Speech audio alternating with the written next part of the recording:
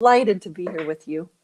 I'm going to give a moment for individuals to hop on. This is kind of a cool technology that allows me to stream on multiple platforms at one time. But it also means I'm not able to totally see. Ooh, yeah. It looks like you might be able to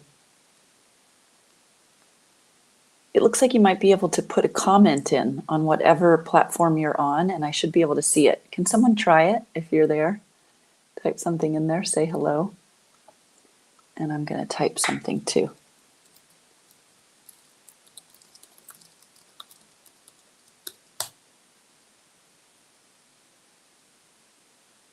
Oh, I just put in a chat to restream. Ah, there we go. Maria, hi. The other one says Facebook user. All right, beautiful. Well, now we know it works. Sound, is the volume okay?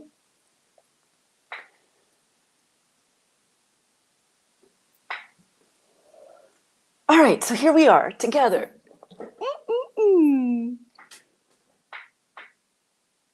Hola.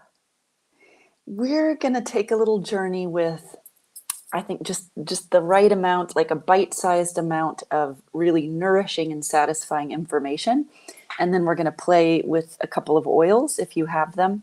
And the oils, the main oil that we're going to be working with today is, I give a couple of options, either rose or jasmine. And if you don't have rose or jasmine, choosing another floral oil or a euphoria-inducing oil will work. If you have more questions about that, then just type it into the chat. And then to kick it off, I also wanted to work with you with Bergamot or Bergamot on point Shenmin. So you're on this side, point Shenmin in the ear, which is this upper crevice. I know many of you who have taken things from me over the years know this one very well. Some of you might be new to it. And so right as we kick it off right now, we're going to actually dive right in to working with an oil on a point. This is called aroma point therapy, and if you're not familiar with this work, you can go to my website and find out more about it, or check out my Instagram page where we post a lot about the oils and aroma point therapy. Basically, what you do is take a drop of diluted oil with bergamot. For most people, well, probably for most people on here, I would guess you're in wintertime. But maybe to some of my friends in Australia or New Zealand, it's the opposite. With bergamot, you have to be careful of photosensitizing reactions of going out in the sun. So it's good to take the bergamot to a 25 or 50% strength.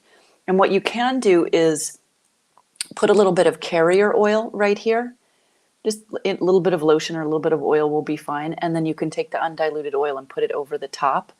Mine is already pre-diluted. My husband and I have and also with my brother, my beloved brother, we have a small essential oil company called Monara Essential Oils, Monara. Monara means peacock in Sri Lankan language. I'm in Sri Lanka right now. And if you want to check out more about our pre-diluted oils, just go to monara.org. A drop. Ready? Let's do this together. If you don't have bergamot, just go through the motions with me, okay? Divide the drop between two fingers. Place it. This thing's so funny because it's opposite of what I think when I turn. Oh, see there? Okay, spin myself back around. Close your eyes if you can, holding the oil here with a very light touch. And taking this 60 seconds or so to presence with yourself. You have full invitation to presence a lot longer than 60 seconds. You can stay present, really present with yourself this whole time that we're together for about 15 minutes or so. And softening in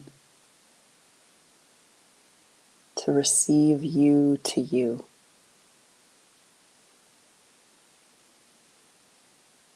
Receiving you to you.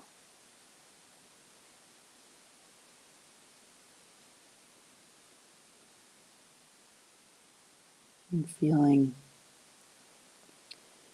whatever truth of love and care that comes out from your own heart for you, for yourself, and for your family. This includes your blood family, in the case of an adopted family or step siblings or parents, feeling that. And for also your chosen family, your soul family in this life. There's no need to force a feeling or a sensation that isn't authentically there. And if you can focus on one or two or three people that you just love so very much, uncomplicated, pure love, feel that and amplify that. Yes, yes, yes, yes.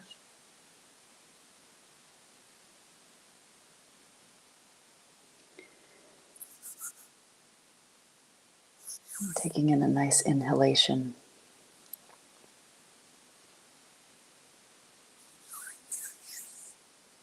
Beautiful. Okay.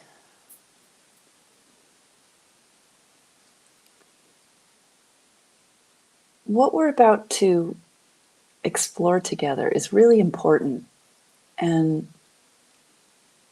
it will save you from, potentially it will save you from unnecessary struggle, unnecessary heartache, and also many of the other dynamics that we can lapse into when we lose ourselves in situations. And this, in particular, what I'm honing in on with the Survive to Thrive is how can we understand what happens sometimes when we go from not being with family to being with family. How can we understand some of the things that come up in those situations from a place of really rich empowerment and truly robust love that is helpfully boundaried. And this is coming from my clinical experience and also my personal experience. So in my clinical experience of with having a clinical practice for 20 years and treating a lot of people with strong trauma backgrounds, with backgrounds in addiction, and also with backgrounds particularly in autoimmune diseases and chronic pain syndromes, what I began to see, it's a really beautiful thing when you do something for so long, 20 years of practicing and treating patients, I really get to see patterns and themes and cycles of things in humans and in myself, also being a human. It's a joke because in my family, sometimes I'm referred to as an alien.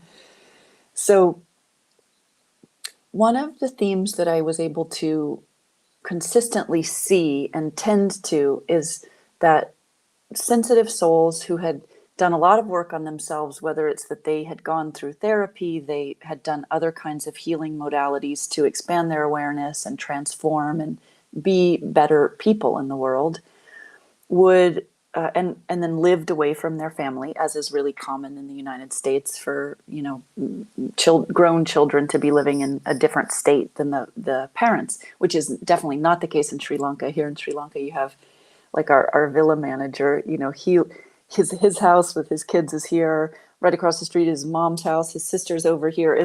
Almost his entire family lives on the kind of block that they're on in the village. But in the United States, we have a lot of separation, and this is true for a lot of European countries as well. So what I'd notice is that as these clients, these patients of mine, would be progressing in their own development, and then they would go home to visit their family, who they loved, they would probably have everybody, families are quirky, as my dad says. I'm going to tell a little joke.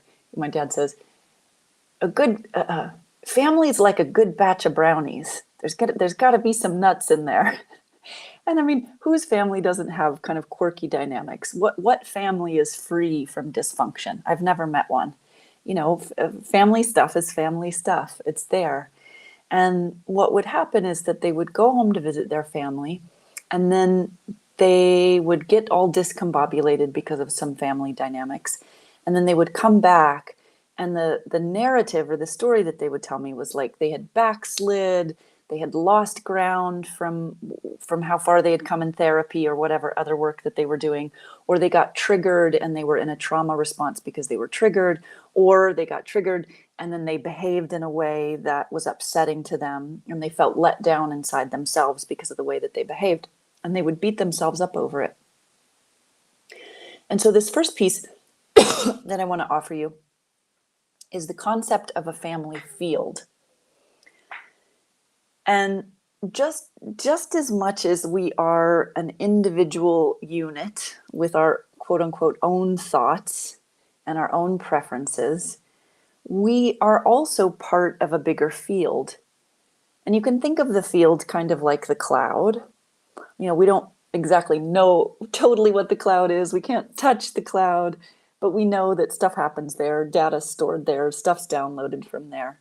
We have this within the family field. We have it also in broader fields. There's like church fields, there's cultural fields, there's bloodline fields. These are fields of influence.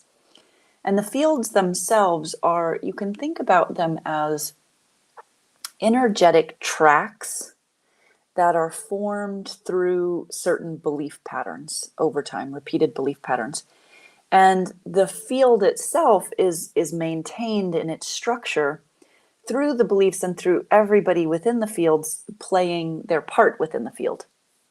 I'm oversimplifying a little bit, but I think you can feel what I'm talking about.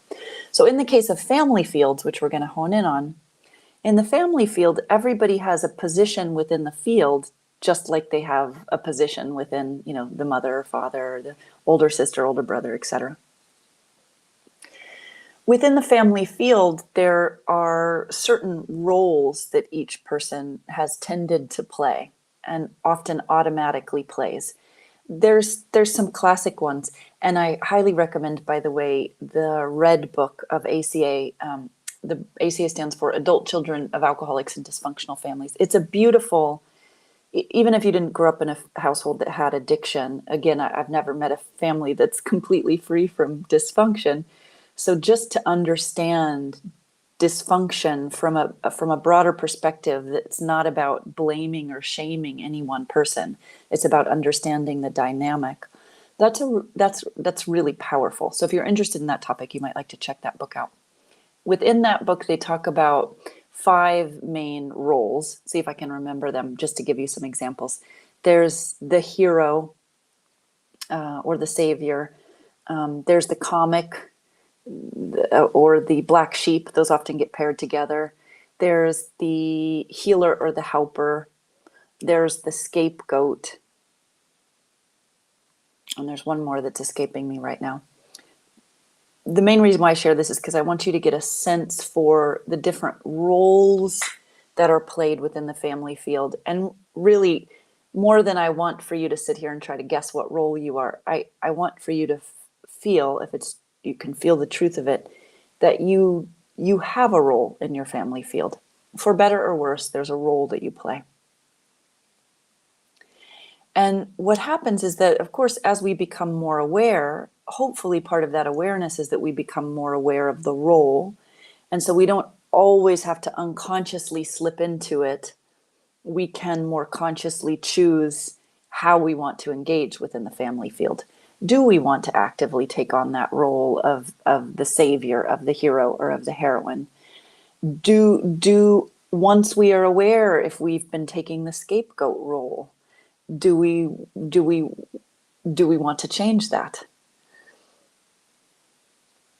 Now, what I'm going to focus on in this time together over these next 5 days is simple practices that immediately create an opening to greater consciousness, meaning more aware consciousness. More awareness is probably easier to think about. More awareness, more capacity to presence, loving presence with yourself and with your family members, and the ability to integrate things on the spot that normally you would have to be digesting for days or perhaps weeks after. Now, the reason why I love introducing this family field dynamic to you is because, as I would see in my clinic, when my clients would go and spend time with family and they would come back, they would be off and they would tell me, like, God, Tiffany, I'm off. I thought that I had progressed so much through this work that I had done, but when I went back and I was with my family, I just acted out in the same old ways that I acted out when I was younger, and I thought I was over it. And what happens is that we can draw conclusions about ourselves when we spend time around family, that conclusions that might be painful for us, and or conclusions that I was saying, anytime we draw painful conclusions from the dynamics of acting out unconsciously within our roles with a family, it is really painful, because there's not space in there. There's not liberation. There's not agency. But if you know that there's a family field, and you know, even if you don't understand exactly what role you play, but you know that you have a part to play, and that when you go into your family, when you're around your family members, that you all plug in together, and that certain behaviors, in some ways we could say, they automatically begin to come out. And this is why a lot of my patients, they would be baffled, like, why did I behave in that way when I know better? I know better. I've seen differently. And it's because of these field dynamics. They can be quite compelling energetically. So if you know that that's the case, you can give yourself some space and not be hard on yourself. You can understand differently and create more freedom. And if you have these tools that I'll be sharing with you over the next 5 days, you can shift things on the spot, so that, again, you don't have to go. Sometimes when we lock into a family field role that we don't necessarily want to be in anymore, if we don't have something that disrupts and breaks us out of it, we just go further into that. And everybody in the family goes further into that over the days, over the time. So what I love about this so much, and I think probably even some of my family members are watching this, and they know my love of the oils, and most of them now love the oils too, is that when we whip out the oils and we smell them or we use them on each other, it's amazing the space that opens up. Places where there might be hurt feelings, or somebody's assuming that somebody's going to act a certain way, and so then they're acting a certain way. All these assumptions that happen where we keep recreating the past in the present. We don't have to do it like that. There is another way.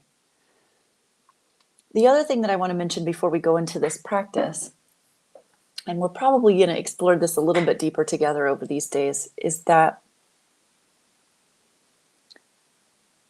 for well-meaning, caring, sensitive souls who have been on a healing path, perhaps you are in the healing arts, we often want really badly and genuinely to help our family members who might be struggling. And it's very easy to enter into codependent dynamics without even knowing it. And in codependent dynamics, nobody actually wins from the sense of greater freedom and greater awareness. Codependent dynamics lock certain dynamics in the family field. So for me, I know it was a really big shift to be able to have the mental and emotional and over time embodied awareness that, one, it's not my job or my responsibility to save anyone in my family, but of course I love them each enormously, hugely, if that's a word, and I want the best for them. But as soon as I start to enter into wanting any one of them to be different than how they are, for whatever reason it is, whether it's so that I can feel better or fill in the blank, I've activated that sticky kind of pull in the family field where I slip right into that role. that isn't necessary. It actually isn't healthy for me to be in anymore. Because I can't actually find my true agency in that. Okay. I hope that this is landing for you all. And if you want to comment here, please feel free. I see a few comments there now. I'm so happy you see that you're here. Okay. So we've laid down the groundwork for the family field. I did it a little bit swiftly. This is a big concept that we could spend a lot of time on, but we're not. But over these 5 days, I will be describing certain energy dynamics within the family field. And to name those here, just as the overview, so you know what you have to look forward to for these 5 days. By the way, this information really is, it's so valuable, and it is the distillation of not only of my 20 years of clinical practice, but of my 30 years working with individuals within transformation, human transformation. So it's nice to receive the distillate and just let that distillate kind of sift through your layers and your understanding. Have it be fruitful and nourishing for you. And I do see my mama there. Hi, Mama. Hi, Kathy. Oh, I love you both. Okay, so the 5 ways that we tend to get off, I'm going to name these here, and we'll have an oil and a point for each one over the days, is we'll tend to go into either disappointment. So like somebody's let us down, or the ideals weren't fulfilled. So disappointment is one. On the other side of that is resentment. If for my Chinese medicine people, it would be the metal wood continuum. And then on the continuum of fire and water, we have within water disempowerment, disconnect from true power. And on the fire direction, we have being scattered or dissociated, not being able to presence with yourself. And then from the earth realm, the easiest way to say it is there's the abandonment wound is there. It's buzzing and present. And that can feel like you're not getting what you want. You're not getting what you need out of the situation. And then all the behaviors that come up in you when you don't feel like you're getting what you need. So those are really the 5 main sort of maladaptive dynamics that we go into within the family field, within dysfunction. And again, I want to name, like, dysfunction is normal in the sense that I've never seen a family without some measure of dysfunction. And I say that because I want us to feel some kind of buoyancy here. You know, this isn't about like making our families bad or wrong, or saying that we're going to have to suffer greatly if we go home. But the truth is, for some people, actually, and depending on where they're at on their healing journey, it might be not a good thing, or a very challenging thing for them to go into their family dynamic if they don't have these tools or some tools that help them with awareness. Okay? Okay, good. Check in the chat. So here we go for today. Today is all about returning home to yourself when you've numbed out or dissociated. And I know for me, I actually used to do this all the time and not even know it. And I would kind of move around the household in a slightly scattered state, kind of tending to what was coming up. And I remember just moving around a lot, doing a lot of things and not being settled in myself. And after doing that for some time, so I would dissociate or numb out, and then not be present with myself, and that would trigger the abandonment wound, and there would be a whole cascade of things that would unfold. So if you can catch it right as you start to do that, and so just pause for a moment and think for yourself, in your experience, what do you feel? What are your cues when you are numbing out or dissociating? My nose itchy. I'm going to name some of the common ones. stuffing your face, unconscious eating, drinking, unconscious drinking or excess drinking or other drug use, substance use, numbing out with TV watching. Oh, there's fireworks going off outside. I wonder why. If you can think of any others there, your cues for when you dissociate, type it in the chat. I would love to see it. So the go-to oil for this is a euphoric oil. And the euphoric oils are most of the floral oils, although there are other oils that produce euphoria, like sandalwood, for example, or clary sage. But what I would recommend is having either rose, I have rose here with me, rose or jasmine when you go. And if you start to feel yourself numbing out or dissociating, whip out your rose or jasmine and do what we're about to do here. Allison says reading. Allison, can you just like tune everybody out and read? Because I think that's kind of cool. I almost like do the opposite. I'm distracted by everyone and everything else that I'm not presencing. Okay, wrist, inside of the wrist. See that line right there? And in the middle, between the tendons, is point pericardium 7. And what I want you to do is turn your wrist up and drip a drop of the oil on your wrist. See it there for me? And then connect your wrists together, like so. And let's take a pause. Even if you don't have one of these oils and you want to be in this movement and position with me, please do.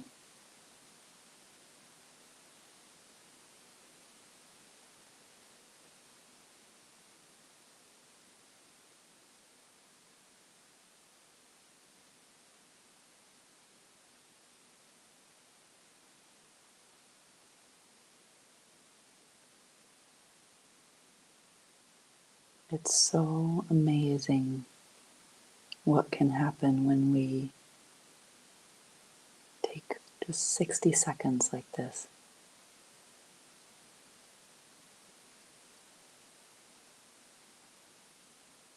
To pause and recalibrate.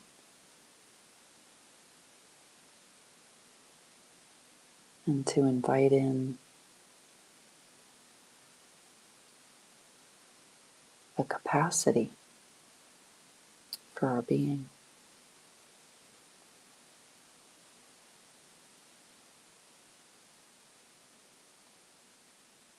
And the mind really can't comprehend how substantial a shift can be made by something so small like this.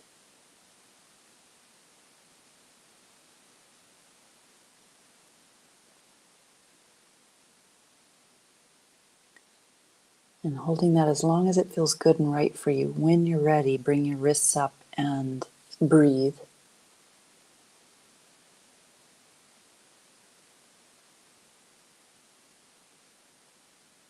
Oh, that oil is divine. So good.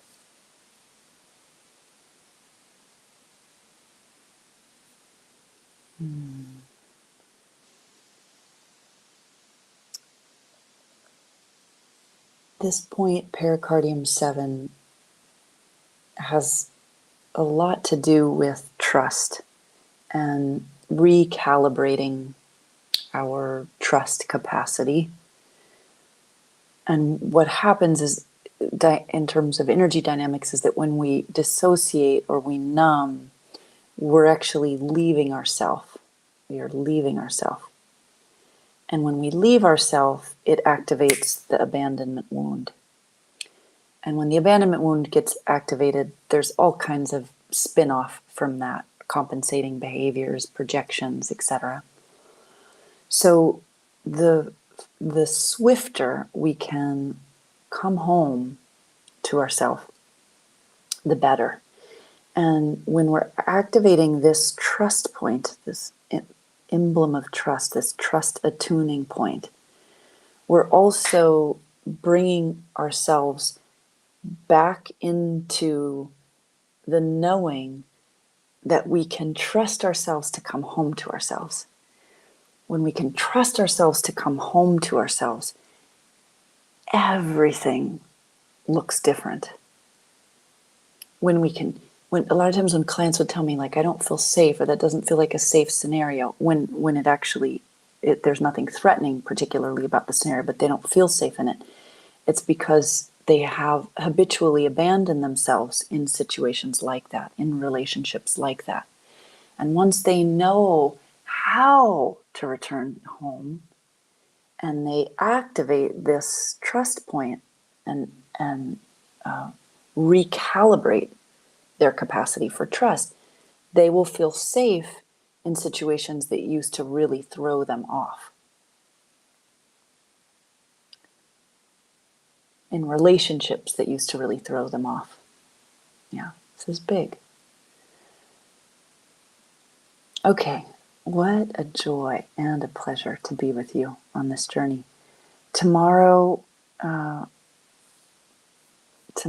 we will be on to the next. I don't have the list right in front of me. Actually, I'll pull it up right now so I can tell it to you. Tomorrow is day 2, Roman Chamomile or Palmarosa. And we're going to be looking at clearing vibrational congestion and returning to true power. Starting tomorrow, it's going to be a little bit shorter for each one because I'm not laying down that context for the family field. But do share this with others. You can share the link to register. Oh, did you hear that? That was a little gecko saying hello and goodbye. You can share my YouTube channel, you can share the Facebook page, or you can share the link to register. Any and all of those will work. Thank you for sharing, or not sharing, for being here and for sharing. I'm looking at the chat right now.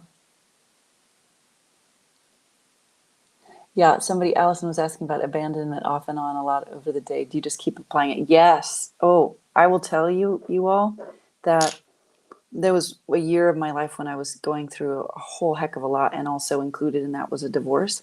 And in relationship challenge and breakups, that was my MO, was just to dissociate and abandon myself and have all of the fallout from that. And I carried around a bottle of Jasmine with me, and I put it on my wrist every 30 minutes, every hour. It was going on there. I was doing this. And I feel like it saved my life. It actually allowed me to have a completely different pattern within relationships that I hadn't previously had. I could presence with myself through painful separations. So I highly recommend it. I can't say enough about it. If you want to know anything more about my works, you can visit tiffanycarole.com. Everything's there that you might want to know about. And I really can't say enough about our oils. I mean, I love our monara.org. I love how our little business has come into being with sourcing, first starting in Sri Lanka, starting in 2017, and extending from there. And there's a beautiful kit. I'll just mention this too. I have a beautiful kit that I created, 5 blends. It's called Metamorphosis. And those 5 blends are also appropriate for these 5 days. So today you would actually use the Presence blend, and the Presence blend has jasmine in it. So I'll make sure to mention the blends each day as well. Okay, so much love to you. So much love, so much love from my heart to yours. And I'll see you tomorrow. I can't wait.